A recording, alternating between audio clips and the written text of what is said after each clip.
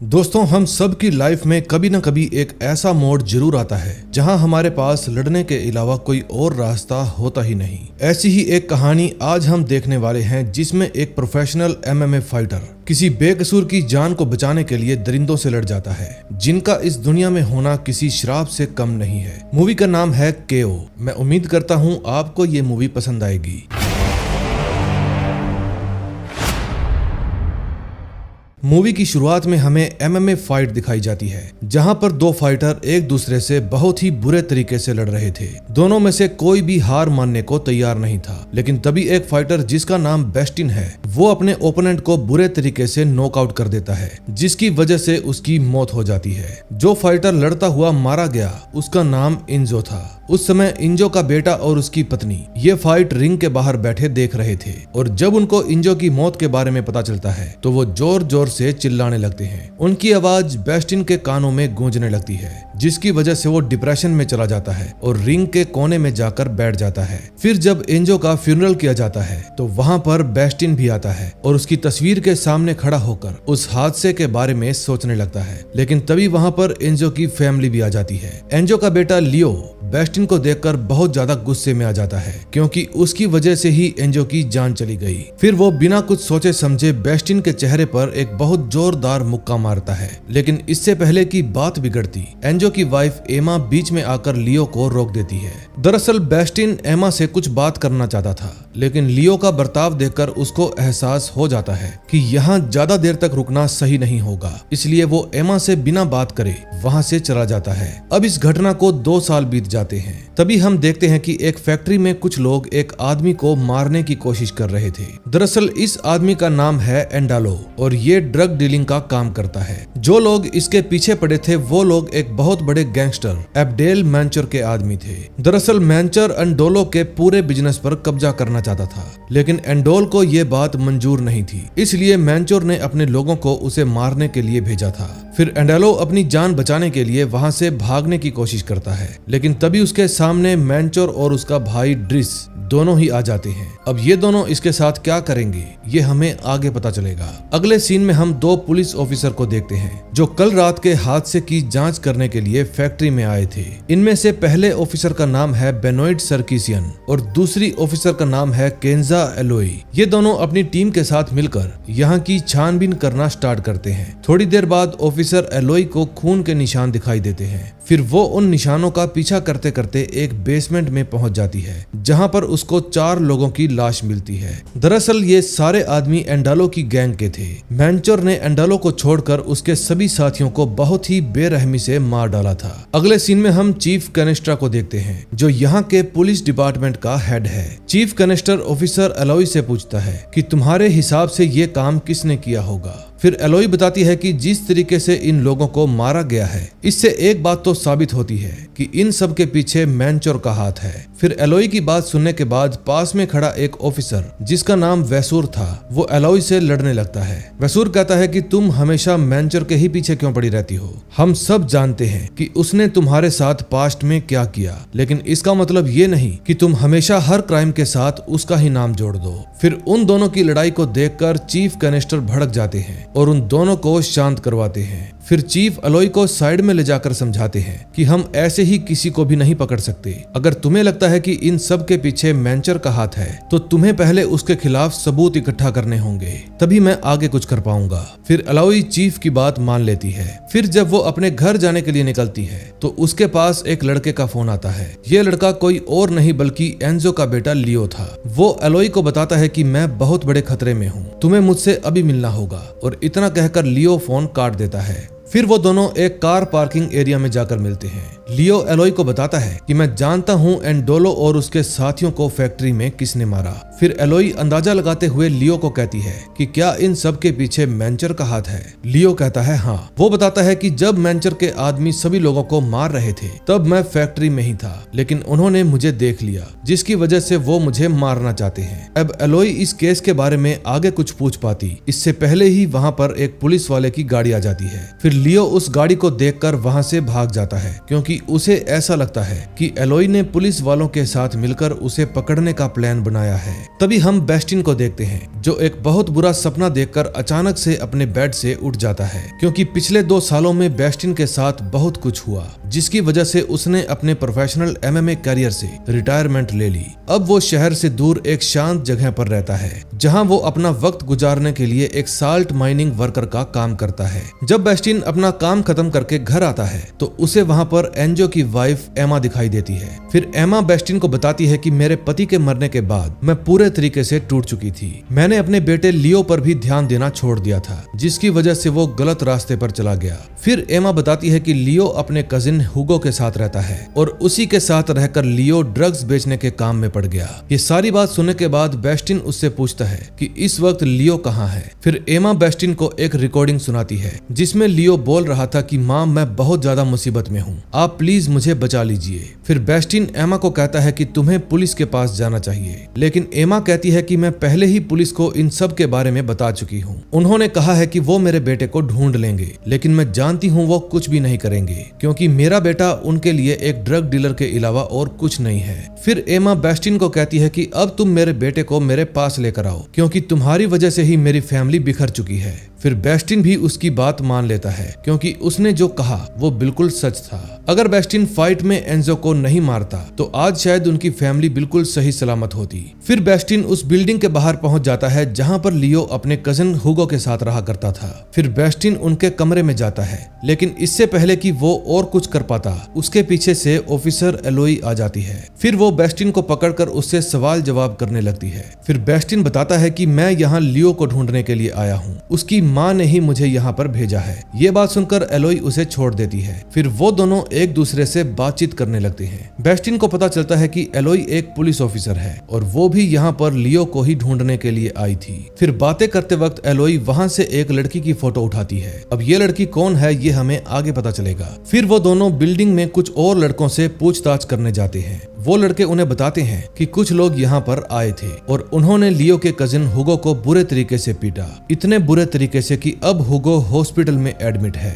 फिर एलोई उन लड़कों से हॉस्पिटल का नाम पूछती है और वो लड़के जवाब देते हैं हॉस्पिटल क्लारिवल। ये सुनकर एलोई वहाँ से जाने लगती है। अब बेस्टिन भी उसके साथ ही जाना चाहता था, लेकिन एलोई उसे समझाती है कि ये एक पुलिस केस है, इसलिए तुम इस केस से दूर रहो। अगले सीन में हम मेंचर को देखते हैं जो एंडेलो से उसके माल का एड्रेस पूछ रहा था, लेकिन एंडेलो अपने मुंह से एक भी शब्द बाहर नहीं निकालता, जिसकी वजह से मेंचर को बहुत ज्यादा गुस्सा आ जाता है और वो अपने मोबाइल में एक वीडियो प्ले करता है जिसको देखकर एंडोलो के होश उड़ जाते हैं। दरअसल इस वीडियो के अंदर मेंचर के आदमी एंडोलो की फैमिली को बहुत ही बुरे तरीके से पीट रहे थे। अपनी फैमिली का ये हाल एंडेलो देख नहीं पाता और फिर वो अपने माल का एड्रेस मेंचर को बता देता है। इतने में एलोई भी हॉस्पिटल में पहुंच जाती है। हॉस्पिटल के अंदर जाने से पहले उसकी मुलाकात फिर से बेस्टिन से होती है। वो ओली को बताता है कि हॉस्पिटल वाले मुझे हुगो से मिलने नहीं दे रहे, इसलिए क्या मैं तुम्हारे साथ अंदर जा सकता हूँ। फिर एलोई उसे साफ साफ मना कर देती है।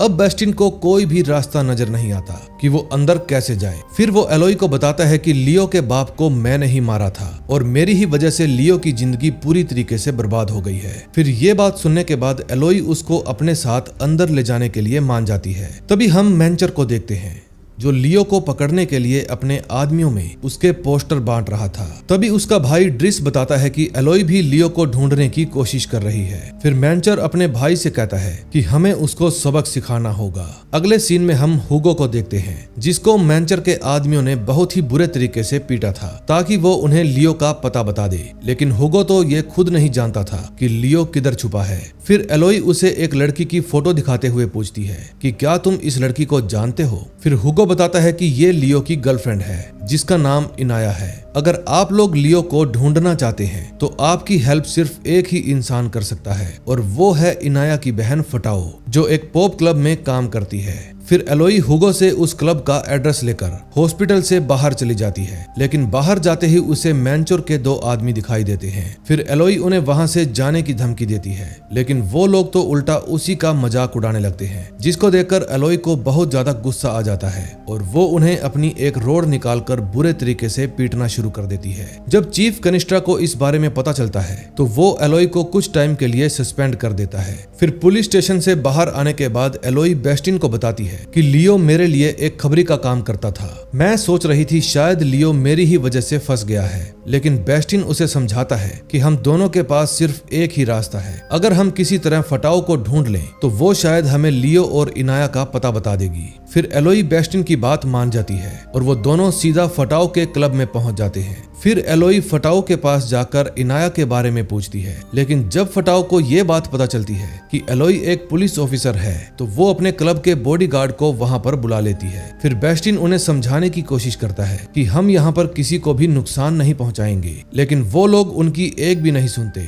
और दोनों को ही पीट कर क्लब से बाहर फेंक देते हैं। ये सब देखकर बेस्टिन को बहुत ही ज्यादा गुस्सा आ जाता है। फिर वो क्लब में फिर से जाकर उन सभी लोगों को एक एक करके बुरे तरीके से मारता है। तभी एलोई आकर फटाओ से उसकी बहन इनाया और लियो के बारे में पूछती है। फिर फटाओ उन्हें बताती है कि वो दोनों ही मेरी माँ के घर में छुपे हैं। फिर उन दोनों का पता मिलने के बाद एलोई बेस्टिन को अपने घर पर लेकर जाती है, क्योंकि लड़ाई के वक्त उसको बहुत ज्यादा चोट लग गई थी। फिर कुछ देर बाद वो दोनों छत पर जाते हैं, जहां एलोई बताती है कि कुछ टाइम पहले मैनचर के आदमियों ने मेरे भाई को जिंदा जलाकर मार डाला था, क्योंकि उसने पुलिस को मैनचर के गलत कामों के बारे में बता दिया था। मैं तब से ही मैनचर को पकड़ने की कोशिश कर रही हूँ, लेकिन वो आज तक मेरे काबू में नहीं आया। फिर वो दोनों काफी देर तक एक दूसरे से बातें करते रहते हैं। दूसरी तरफ मैनचर अपने ठिकाने पर किसी आदमी का इंतजार कर रहा था। थोड़ी देर बाद वहां पर मुराद नाम का एक आदमी आता है और वो भी अंडोलो की तरह ड्रग डीलिंग का ही काम करता था। फिर मैनचर मुराद को समझाता है कि अब इस शहर में ड्रग का सारा बिजनेस मेरे हिसाब से होगा,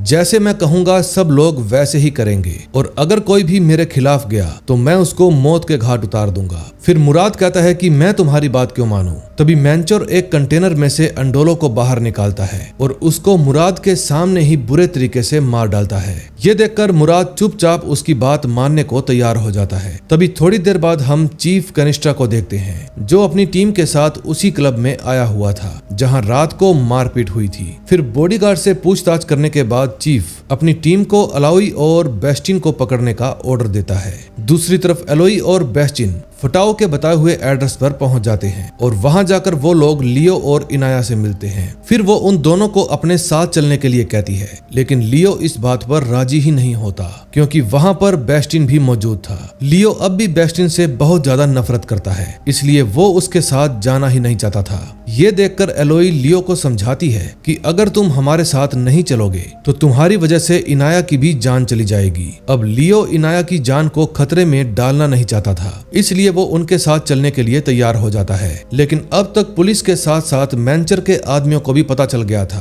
कि इस वक्त लियो कहां पर छुपा है। जिस समय एलोई और बेस्टिन उन दोनों को अपने साथ लेकर बिल्डिंग से बाहर जा रहे थे, तभी वहां पर मैनचर के आदमी भी पहुंच जाते हैं। उनको देखकर वो लोग पीछे के रास्ते से बाहर आ जाते हैं, लेकिन मैनचर के आदमी वहां पर भी पहुंच जाते हैं। फिर बेस्टिन खुद वहीं पर रुककर मैनचर के आदमियों से लड़ने का फैसला करता है और बाकी सभी को दूसरे रास्ते से बाहर भेज देता है। थोड़ी देर बाद जब उन लोगों की तादाद बहुत ज्यादा बढ़ जाती है तो बेस्टिन के पास वहां से भागने के अलावा कोई और रास्ता नहीं बचता।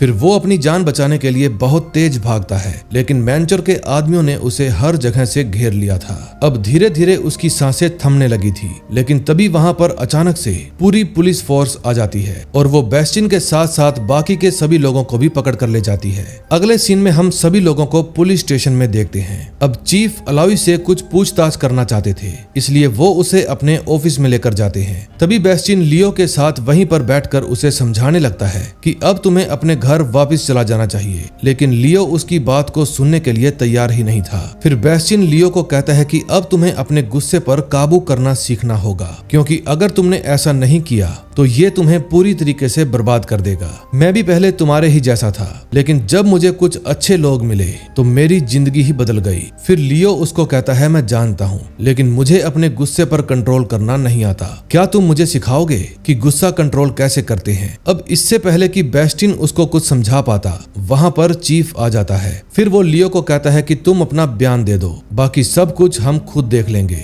अब तुम्हें कुछ नहीं होगा, तुम्हें चिंता करने की कोई जरूरत नहीं है। फिर लियो एलोई और बाकी के ऑफिसर्स के साथ कन्फेशन रूम में चला जाता है। वहीं दूसरी तरफ मैनचर चिल्लाते हुए किसी से बात कर रहा था कि चाहे कुछ भी हो जाए, लियो का मुंह पुलिस के सामने खुलना नहीं चाहिए, क्योंकि अगर उसने ऐसा किया तो हम सब फंस जाएंगे। लेकिन वो आदमी मेंचर को बताता है कि पुलिस लियो को शहर से बाहर ले जा रही है, इसलिए अब मैं कुछ भी नहीं कर सकता। इतना कहकर वो फोन काट देता है। अब मेंचर को परेशान देखकर उसका भाई ड्रिस उसको कहता है कि भाई तुम्हें चिंता करने की कोई जरूरत नहीं है, हम लियो को इस शहर से बाहर जाने ही नहीं देंगे। दूसरी तरफ लियो पुलिस वालों के साथ कन्फेशन रूम में बैठा हुआ था। फिर वो उनको बताता है कि मैं एंडेलो के लिए काम किया करता था। फिर एक दिन मुझे पता चला कि वो लोग जल्दी ही किसी बहुत बड़ी मीटिंग के लिए जाने वाले हैं, इसलिए मैं उनकी जासूसी करने के लिए मीटिंग वाली जगह पर पहुंच गया। फिर वहां पहुंचकर मुझे पता चला कि मेंचर ने अपने आदमियों के साथ मिलकर एंडेलो को मारने का प्लान बनाया है।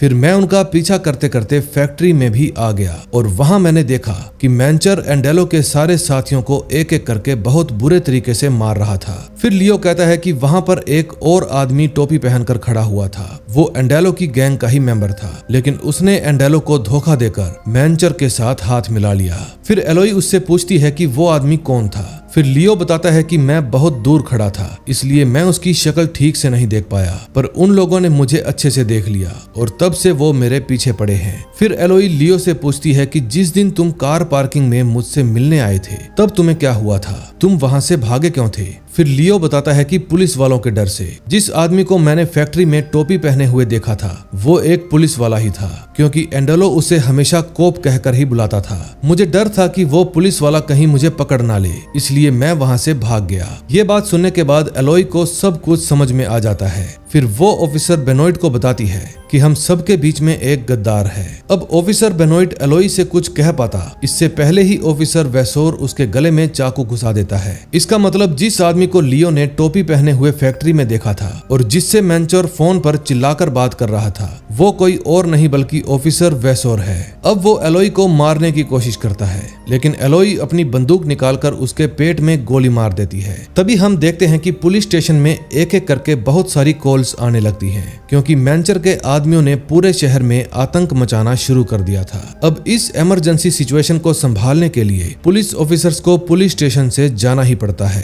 तभी पुलिस स्टेशन को खाली देखकर चीफ कनिस्टर एकदम से हैरान रह जाता है, लेकिन इतने में वहां की लाइट चली जाती है। थोड़ी देर बाद मेंचर और उसका भाई अपने साथियों के साथ वहां पर आ जाते हैं और गोलियां चलाकर पूरे पुलिस स्टेशन की धज्जियां उड़ा देते हैं। उस समय चीफ कनिस्टर वहां से सभी को लेकर एग्जिट डोर की तरफ जाने की कोशिश करता है, लेकिन उसके सामने मेंचर आकर खड़ा हो जाता है। फिर वो बिना कुछ सोचे समझे चीफ को गोली मार देता है। फिर ये सब देखकर एलोई जल्दी से बेस्टिन और लियो को लेकर कन्फेशन रूम में पहुंच जाती है और उसके लॉक को गोली मारकर तोड़ देती है ताकि कोई और अंदर ना आ पाए। फिर वो लोग उस रूम के दूसरे दरवाजे से चुपचाप बाहर आ जाते हैं और वहां पड़ी बुलेट प्रूफ जैकेट को पहन लेते हैं। फिर एलोई पुलिस स्टेशन से भागने का रास्ता ढूंढती है, लेकिन इतने में मेंचर का एक आदमी उसके सामने आकर उसको गोली मार देता है। फिर ये सब देखकर बेस्टिन उस आदमी पर टूट पड़ता है, लेकिन तभी वहां पर मेंचर और ड्रिस भी आ जाते हैं। ड्रिस बेस्टिन को बहुत ही बुरे तरीके से पीटता है। वहीं दूसरी तरफ मेंचर लियो को मारने के लिए गोली चलाने ही वाला था कि तभी वहां पर एलोई आ जाती है। फिर वो मेंचर की गन को जमीन पर फेंक देती है, लेकिन मेंचर उससे बहुत ही ज्यादा ताकतवर था। फिर वो एलोई को उठाकर एक टेबल पर पटक देता है। दूसरी तरफ बेस्टिन और ड्रिस की एकदम टक्कर की लड़ाई चल रही थी, लेकिन थोड़ी देर बाद बेस्टिन ड्रिस पर हावी होने लगता है। अब वो ड्रिस को मारने ही वाला था कि तभी ड्रिस वहां पर पड़े एक कांच के टुकड़े से बेस्टिन के पेट में वार करता है। दूसरी तरफ मेंचर भी एलोई को मारने की पूरी कोशिश कर रहा था, लेकिन एलोई अपने पास में रखी हुई एक स्टिक को मेंचर की आंख में घुसा देती है और उसको धक्का देते हुए एक दीवार से टक्कर मार देती है, जिससे वो स्टिक उसकी आंख के आर पार हो जाती है और वो वहीं पर मर जाता है। दूसरी तरफ बेस्टिन दर्द से चिल्ला रहा था, लेकिन उसने अभी भी हार नहीं मानी थी। फिर मौका मिलते ही बेस्टिन अपने पेट में से वो कांच का टुकड़ा निकालता है और ड्रिस के पैर में दे मारता है। फिर वो ड्रिस को मारने का एक भी मौका नहीं देता और लगातार उसको मारता ही चला जाता है। फिर जैसे ही ड्रिस जमीन पर गिरता है, बेस्टिन उसकी गर्दन पर बहुत तेज लात मारता है और उसको नॉकआउट कर देता है। तभी हम देखते हैं कि ये सारा मामला शांत हो जाता है। अगले सीन में हम देखते हैं लियो इनाया के साथ समुद्र के किनारे पर बैठा था। तभी वहां पर उसकी माँ एमा आ जाती है। फिर लियो अपनी माँ को देखकर बहुत ज्यादा खुश हो जाता है और जाकर उनके गले लग जाता है और इसी के साथ इस मूवी का एंड हो जाता है। दोस्तों, बेस्टिन की ये कहानी हमें सिखाती है कि इंसान अपनी गलतियों से सीख कर भी एक नई शुरुआत शुरुआत कर सकता है, और अगर आपके इरादे नेक हों तो दुनिया की सबसे बड़ी लड़ाई भी आप जीत सकते हैं। सो मूवी पसंद आई हो तो वीडियो को लाइक करके चैनल को सब्सक्राइब कर दें। हम मिलेंगे ऐसी ही और मजेदार मूवी के साथ। Till then bye bye.